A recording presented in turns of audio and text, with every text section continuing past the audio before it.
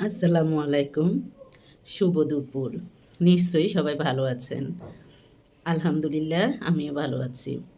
আজকে আমি একটি ভিডিও বানাবো যে ভিডিওটি আমার অভিজ্ঞতা সম্পন্ন না। তবে এটি কিন্তু গ ইসলামিক গবেষকদের অভিজ্ঞতা থেকে নেয়া বা ইসলামিক গবেষকদের গবেষণা থেকে নেয়া। যেমন আল্লাহ নির্দেশ দিয়েছেন, তুমি যে কাজটি করবে ভালোভাবে করবে। যে কোনো ধরনের কাজ তুমি ভালোভাবে করবে। এটা হলো আল্লাহর নির্দেশ। আমরা সবাই ভালোভাবে সফল হতে চাই সব কিছুতে। কিন্তু কেউ সফল হয়, কেউ হয় না। কেন হয় না? যে দেখা যায় যে মন দিয়ে করে না।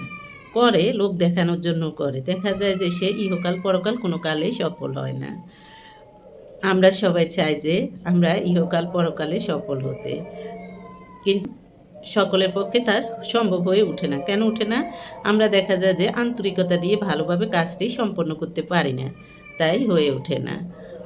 তাহলে আপনি যদি দেখা যায় যে আপনি ভাববেন যে আপনি যে পথ আপনি যদি একটা ভালো কাজের জন্য নিয়ত করেন, সেই কাজটি যদি আপনি নাও করতে পারেন, আল্লাহ আপনাকে অনেক সওয়াব দিবে, অনেক নেকি দিবে।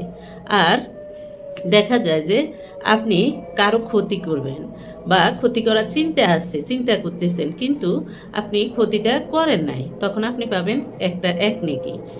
আর যদি করেই ফেলেন তখন আপনার হলো গুনার খাতাটা আপনার এই কাজটা গুনার খাতায় উঠে যাবে। তাই আপনার নিয়ত যেমন হবে, আপনি নিয়ত যেমন রাখবেন, আপনার কাজও তেমন হবে বা আপনার পাওয়ার পাল্লাও তেমন হবে, পাওয়ার পরিমাণও আপনার তেমন হবে। তা আপনি কিভাবে বুঝবেন যে আপনি ভালো পথের দিকে যাচ্ছেন বা ভালো পথে আছেন? দেখা যায় যে অনেকের কিছু খারাপ অভ্যাস ছিল বা আছে।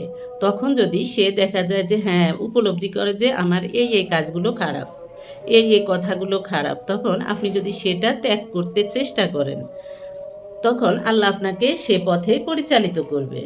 সেটা দেখা যায় যে তখন আপনি নিজেই বুঝবেন যে আপনি আপনাকে আল্লাহ ভালোবাসেন বা পছন্দ করেন।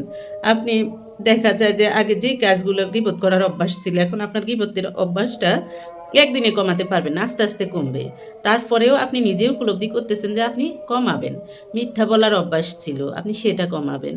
তারপরে কোনো খারাপ কাজ, যে কোনো ধরনের পুরুষ, মহিলা সবার জন্য সেম ভিডিওটি। যে কোনো ধরনের খারাপ কাজ থেকে আপনি যদি নিজেকে সরিয়ে নিতে পারেন। নামাজ পড়ার অভ্যাস ছিল না, এখন আপনার আস্তে, আস্তে হচ্ছে। আপনি দেখা যায় যে আযানের আগে দিয়ে জেগে গেছেন। এগুলো বুঝবেন যে আপনার সৌভাগ্যের লক্ষণ।